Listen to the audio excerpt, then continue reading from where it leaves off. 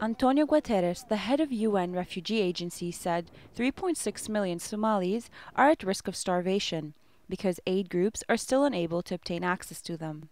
Guterres paid a visit to Somalia's capital, Mogadishu, on Wednesday. I think it's clear that things are scaling up, but I think it's also clear that the dimension of the problem is out of proportion with what it has been possible to do until now. I think we all need to put together all the efforts that exist, UN efforts, NGOs.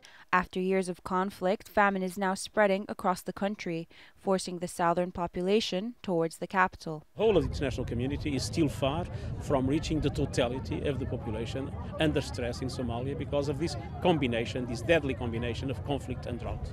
For more than 2 months, as many as 100,000 refugees have been seeking shelter in insanitary makeshift camps with no running water.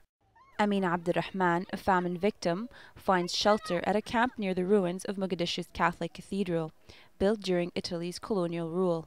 I lost all my animals to drought and left my children at home as they were too weak to walk.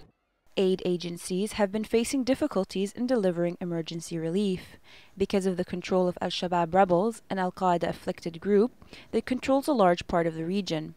Western aid agencies have been banned from operating in the area. The UN has urged the group to provide access to aid agencies so that they can reach the millions of hungry people.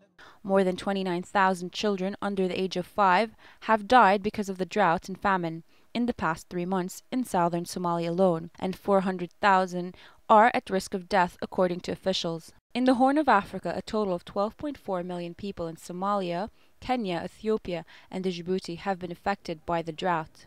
Nadia Idrisman, AlArabiya.